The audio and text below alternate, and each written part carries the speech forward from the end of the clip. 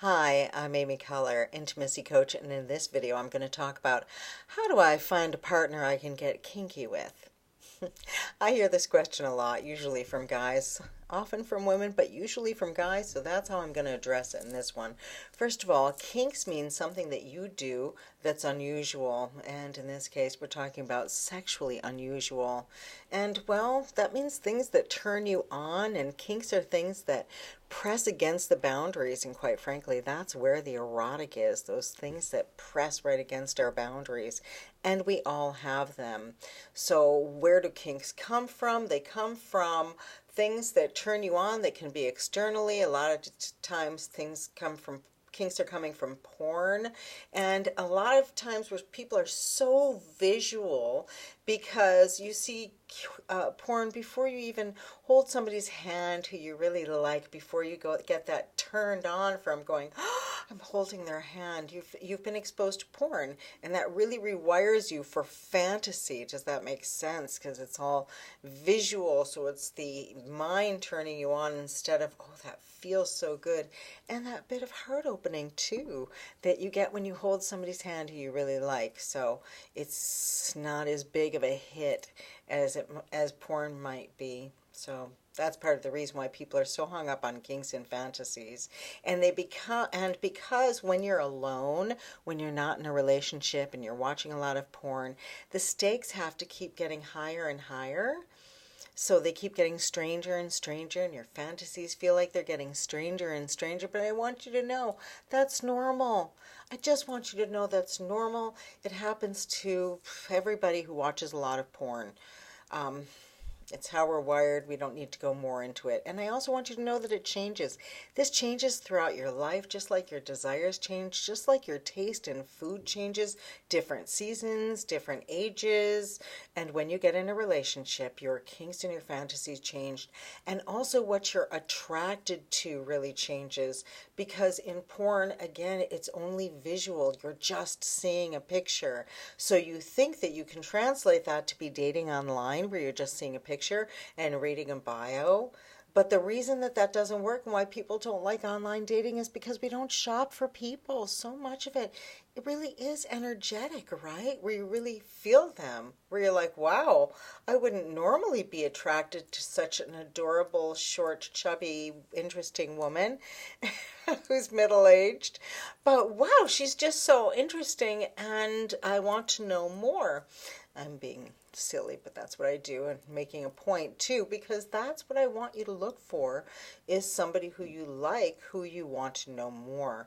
What you look for in a lover, what you're looking for in that partner, what you're looking for in that kink, is somebody who you can take an erotic journey with. That's what you're looking for in that encounter. So how do you find that? Find somebody who you like, who you're interested in.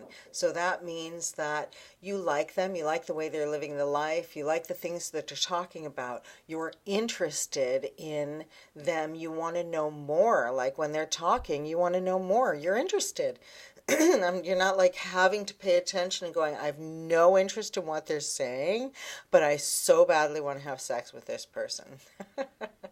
And that's normal. I want you to know you are so special and weird at the same time and totally normal.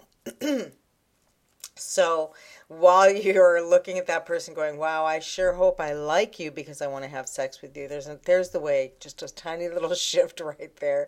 And see if you like that person, meaning you like what they're talking about. You're interested in them, meaning you're interested in getting to know them more, not just interested in having sex with them. This is where the trouble comes in. And the reason that it's harder, I don't want you to connect just sexually, is because if you're not connecting outside of sex, then your sex won't feel very connected. And if your sex doesn't feel very connected, at some point you're going to feel lonely. And then you start looking for something else. You start looking for somebody else. And you think you're looking for sex because you're looking for that spark, but that spark actually comes from intimacy. So you're looking for somebody who you like, who's also interested in you, meaning that you feel like you're opening up and sharing more about yourself, about who you are and your weirdnesses. what things you like to do in your life, little things. So it doesn't have to be huge emotional conversations. I'm not making this hard on you guys. It can just be like the weird thing, like you eat crackers in bed, whatever it is. You feel like you can trust that person. They're not going to take that little piece, that one thing that you've shared with them, and hold it against you. That's what that vulnerability is. And from there, you're building trust. And from that trust, you feel like you can open up and share more and more of yourself. Into me see, you're sharing more and more of yourself. So that's how you know that you can share your kinks and your sexual interests and your stories and your vulnerabilities. And when you mush all that together, it's fantastic. You want to feel like they accept you as you are, and that's what helps you to open up. And you want to feel like you want to be a better person for them. And that doesn't necessarily mean that you need to go changing all your life. You're feeling accepted as you are, but you want to be a better person. And I mean, we're talking about little things. Like my favorite example of this is you feel like showing up on time. I want to be a better person, and I'm interested in this person. I'm going to show up on time, because a lot of people think it's fashionably late, or they don't have to call if they're 20 minutes late. You show up for somebody if you're interested in them, and you want to be a better person. I'm going to dress well. I'm going to put on my best. I can't wait to share more and get to know this person. That's how you know. I'm not telling you that you can't have sex. I'm just telling you that this is how you build, and this is how you find somebody where you can really grow, continually be interested, and continually share. So then how do you know if you're sexually compatible? Well, when you can take her on an erotic journey, you can take her anywhere. Anywhere you want. And how do you do that? Well, what makes a great lover is the ability to read your partner's pleasure. You want somebody who can take you on who you can go on an erotic journey with. And that means, how do you find that journey route? You're listening to the signs, the sounds of pleasure. And that, my friends, is that's the body's sound of pleasure. Because normally you're going to go, you want to say, do you like that? What do you want? Do you like that? Well, that's up here. That's fantasy. So the sound of pleasure is where that journey is, and that's why I encourage you to make that sound, because that's a sound of the heart. Once you can share all those kinks, once you can share your stories, once you can share those vulnerabilities, that's where that connection, that trust and bond is, and you can share forever, and that's what I want for you.